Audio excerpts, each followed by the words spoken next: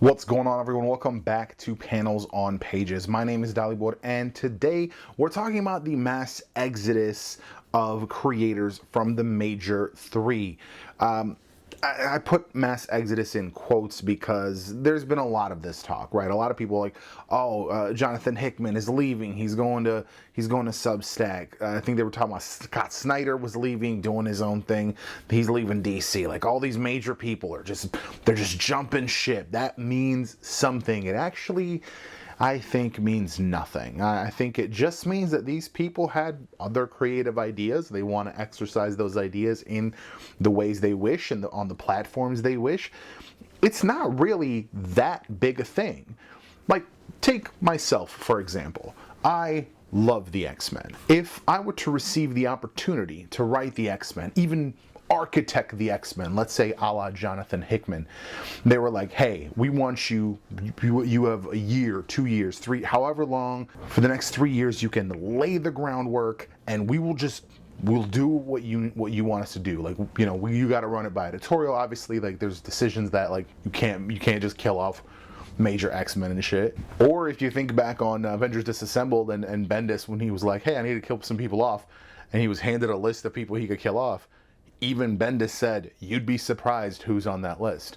So even if I was like, yeah, I want to kill off Cyclops and Jean and Emma, like, I want to kill off the entire leadership, they'd probably allow most of them. Let's be serious. Nonetheless, they're like, hey, for the next 3 years, you can just run the ship, direct the whole process, however many, books you need, whatever the hell you need, do it. Like, I would love that. But if they were like, hey, do it for 10, do it for 20, I don't know that I want to write just X-Men for 20 years, especially if that contract has put me in some sort of exclusivity deal that limits the amount of time I can put into my own projects. I have other ideas. Don't get me wrong. I have lots of X-Men ideas, but I have other ideas. I have other concepts. I have other projects that I'd like to work on. So at some point, even me, the self-professed biggest X-Men fan, I'd leave too. I think, especially for some of the older generation, there is a romanticism around the idea of the X-Men creator, the Justice League creator, like people who just like ran the shit for so long that like they're the person you associate with the work. Chris Claremont is obviously the one that comes to mind for X-Men. Times are different. There are different people with great ideas. Like, if we just let Claremont write all through the 90s, he'd have gotten sick of it by 2000. And, by the way, his plans were to kill off Wolverine. So, like, where the hell would we be now if we had just let Claremont run rampant, right?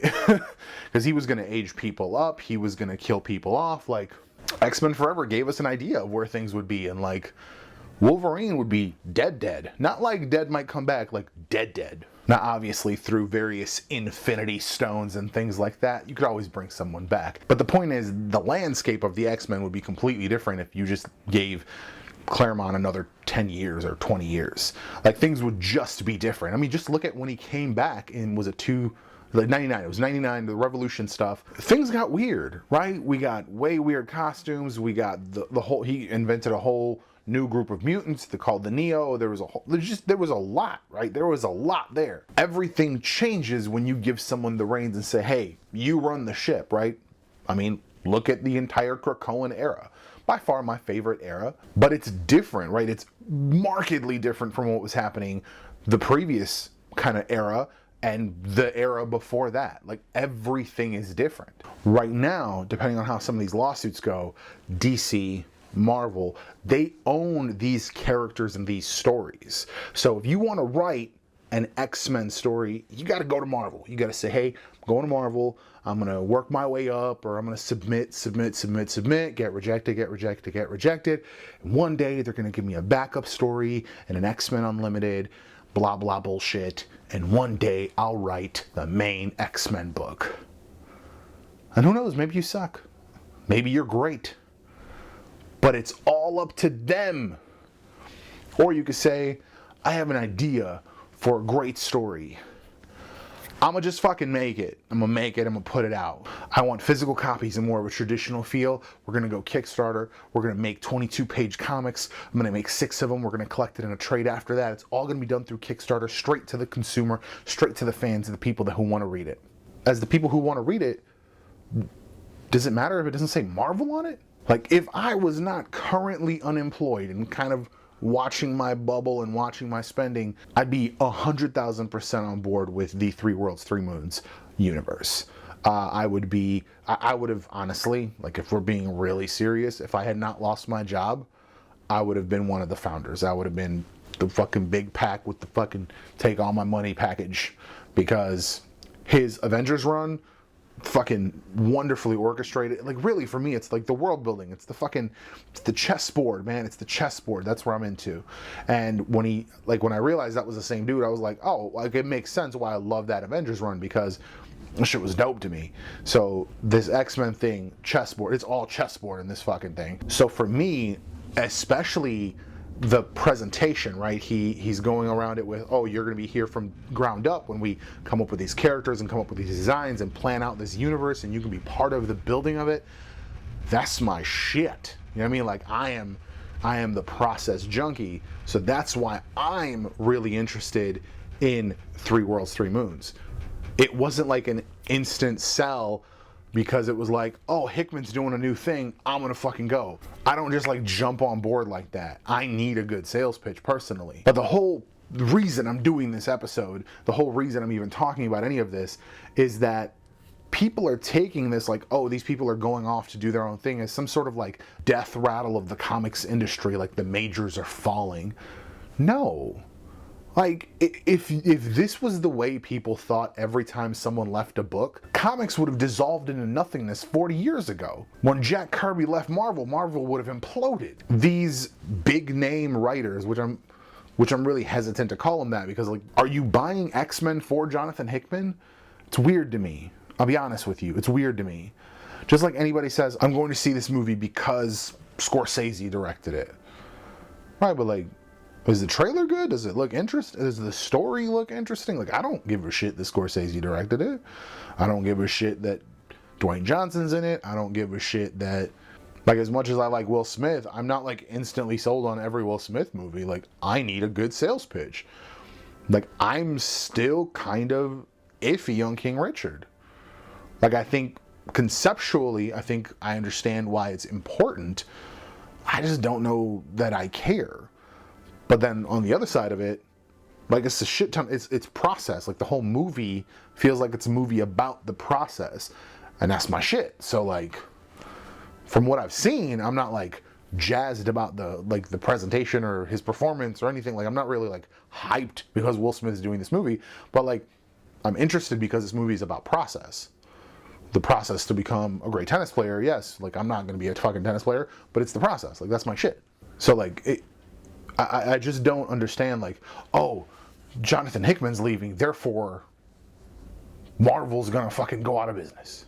Fucking, like, what are you on if you think that any one company is like so heavily dependent on like one creator, one name, one brand of all things? Like, if the MCU somehow lost Spider-Man, right? If Sony somehow was like, fuck this contract, we're out, keep your shit, we're gonna keep our shit, don't touch Spider-Man no more. You think the MCU would fucking fall apart? No, because it was built up without Spider-Man. Spider-Man was just fucking seasoning on a wonderful meal of MCU. Like, Spider-Man did not like make the MCU, and if we lost him, he certainly wouldn't break it. Although, I will say, just because of like Disney's possessiveness, they'll break Sony before they lose Spider-Man. That's just kind of the feeling I get. I get a feeling there's gonna be some knee breaking going on, some dudes are going over places, guys are called. You know, a phone is picked, like a secret phone under a desk is picked up, and I'm calling the guy is gonna take care of the situation. You know what I mean? My point is, no company is like hyper dependent on a few people. Anywhere. Like, no company anywhere is hyper dependent on just a few people. Like, if for some reason, some weird fucking reason, every writer artist, colorist, inker, letterer, and editor on X-Men. All the X-Men books. Quit fucking tomorrow. Marvel will be like, hey, books are going to be delayed for about a month. New creative teams. They wouldn't tell us why. It wouldn't matter. New creative teams. That's it. Hey, here's the where it's been. Catch up. I need an issue in 3 days. And hey, Marvel, I'm down for that. If you guys need someone, I'm quick to catch up. I can follow a plot line. Call me. X-Men wouldn't dissolve into nothingness. Marvel wouldn't fall apart at the seams. These businesses aren't about one creator, even if it's a big name creator. Jonathan Hickman leaves. A, he can't take his ball with him because the ball was the plot, and he's already laid that groundwork, so people can just keep going with it. They may not go the same direction he would have, but people will go with it, right? We have Arakko, we have Krakoa, we have the whole thing with Ben Urich, which is upsetting me to no end. As Ben Urich is an honest man, he's going to ask a lot of fucking questions, and I need him to shut the fuck up for now. Just saying, for now, Ben, shut the fuck up. These things are already all in motion. Someone may resolve it differently, and I guarantee you, sometimes the decision isn't even up to the writer of what happens and how stories end. Because I've talked to the man directly and asked this question directly. Hey, Fabian, did you get to decide that Joseph was a clone, or was that editorial? He said, I had nothing to do with the creation or death of that character. He said, I had nothing to do with the creation or development of that character. So Fabian was writing a story within the framework he was given. Hey, we need him to be a clone. Like, I'm guessing here at this point, but based on the information provided, Scott Lobdell created Joseph. Maybe he meant for it to be Magneto, de-aged and amnesiac. Maybe it was always meant to be a clone. Who the fuck knows? All we know is when Fabian was writing in the 360s of Uncanny and the 660s, yeah, 85 and 365, I think I'm right on that. 85 and 365 were Magneto War. When he was writing during that era, him and Joe Kelly, I think, was the writer on X-Men. They were told, framework, you got this field to play in, play. That's it. Maybe they got to decide that Magneto got an island, or maybe all of that was editorial. You know what I'm saying? Like, sometimes even the person writing the book doesn't get to make these decisions. So ultimately, Jonathan Hickman, Scott Snyder, all of these names, hell, if all of them left tomorrow, all of the shit would continue. Period. Because ultimately, these are people doing a job. They're doing it with the parameters they're given. Sometimes they're given wider parameters. Sometimes they're given very, very narrow parameters. They will just then do the job they're given within the parameters they're given. The job doesn't disappear if the person doing it goes away. The job still needs to be done. So someone will be given that job and either given even more narrow parameters or wider parameters. Let's say, again, all the X-Men creative teams disappear tomorrow. Not disappear, but like leave. Let's say Marvel doesn't have like the fucking roadmap. Cool. They pick someone, say, they pick someone on editorial will be like, all right, well, this is where it looks like it was going. Here's the dots we need to connect. Billy, fucking right. Whoever the fuck, intern Billy. He's there to learn. Well, Billy, today you're writing New Mutants. I'm just saying, none of this, comic books as an industry are not dependent on a few big name creators. That is all, he says, very ironically, knowing this is a very long episode. Thank you for watching. Thank you for listening. I will see you in the next one.